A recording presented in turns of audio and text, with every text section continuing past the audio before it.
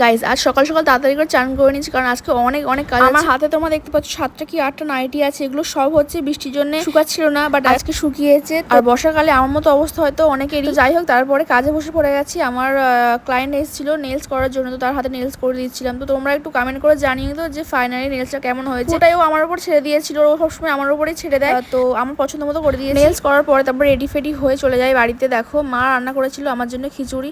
Reason আমি শ্রাবণ মাস কিছুই খাচ্ছিলাম না, বাট মুখটা কেমন একটা হয়ে গেছে, তার জন্য মুখের স্বাদ বলতে মা করেছিল খিচুড়ি। দেখো মা ওখানে বলছিল যে আমি আমার মেয়ের সবকিছু করতে পারি। তো দেখো তারপরে সবকিছু যদি কিনে খেতে হয়, আর ঢেঁড়স গাছে ঢেঁড়স ধরেছে, আমি এটাকে খুব এনজয় করে তুলে তুলে মায়ের হাতে দিচ্ছিলাম। তো তারপর বাড়ি চলে এসেছে। দেখো অল্প আমার রজনীগন্ধা স্টিক এনেছিল, এটা হচ্ছে এমনি নর্মালি আনিনি, কারণ আগের দিনকে একটু রাগারাগি করেছিলাম, ওই জন্যই এই স্টিকগুলো এনে দিয়েছি। সেগুলো আমি কারণ আমি বেশি পছন্দ করি, আর ও আমার পছন্দটা জানে, ওই জন্য এটাই এনেছে।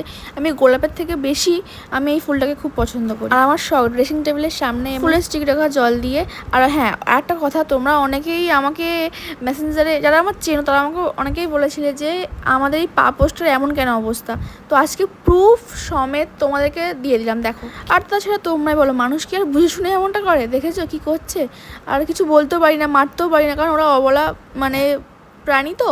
আর দেখো এখানে আমার সাথে যত কৌতূহল, যত সব কিছু বদমাইশি খুনসুটি।